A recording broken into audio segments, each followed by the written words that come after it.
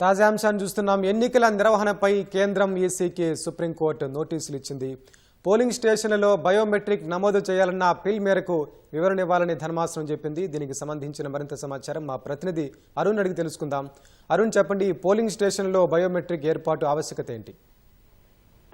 Polling స్టేషన్లలో అదేవిధంగా దొంగ ఓట్లు నమోదు ప్రక్రియను, దొంగ ఓట్లకు సంబంధించినటువంటి అన్ని అంశాలను అడ్డుకోవటానికి బయోమెట్రిక్, దాంతో పాటుగానే ఐరిస్ కంటి చూపు తోటి నమోదు చేసేటువంటి విధానాన్ని తీసుకురావాలి అని చెప్పని సుప్రీంకోర్టులో దాఖలైనటువంటి ఒక ప్రజా ప్రయోజన వ్యాజ్యంపై సుప్రీంకోర్టు ప్రధాన న్యాయమూర్తి జస్టిస్ సూర్యకాంత్ ఈ రోజు విచారణ చేపట్టారు. సూర్యకాంత్ నేతృత్వంలోని ధర్మాసనం విచారణ సందర్భంగా పలు వ్యాఖ్యలు చేసింది.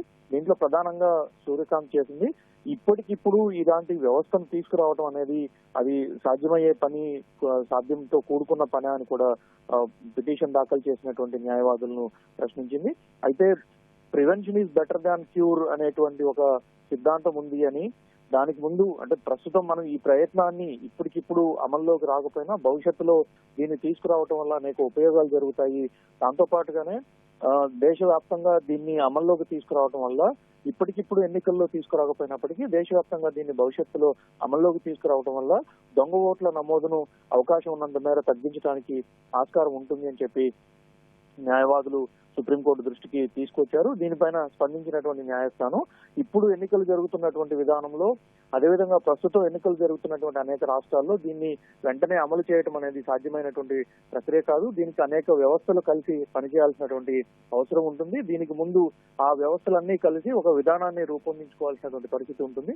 అటువంటి పరిస్థితుల్లో ఇప్పటికిప్పుడు అమలు చేయడం అనేది సాధ్యం కాదు అని చెప్పి సుప్రీంకోర్టు స్పష్టం చేసింది. అయితే దీనికి సంబంధించినటువంటి అమలు తీరుతెన్నులు ఎంతవరకు సాధ్యాసాధ్యాలనేటువంటి విషయాలన్నింటినీ పూర్తి స్థాయిలో చర్చించి సంబంధిత వర్గాల నుంచి సరైన సమాచారం లేకుండా దీనిపై నిర్ణయం తీసుకోవటం అనేది సరైనటువంటి విధానం కాదు అన్నటువంటి జస్టిస్ సూర్యకాంత్ ఆ మేరకు తమ అభిప్రాయం చెప్పాలని చెప్పి కేంద్ర ప్రభుత్వానికి, కేంద్ర ఎన్నికల సంఘానికి నోటీసులు జారీ చేశారు.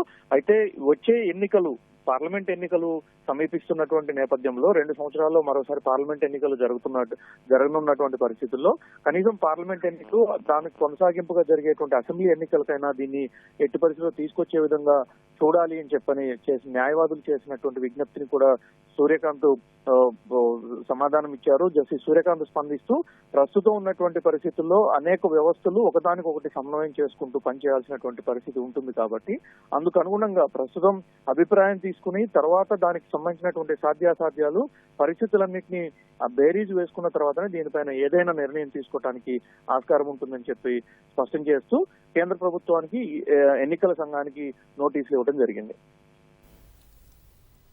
ధన్యవాదాలు అరుణ్.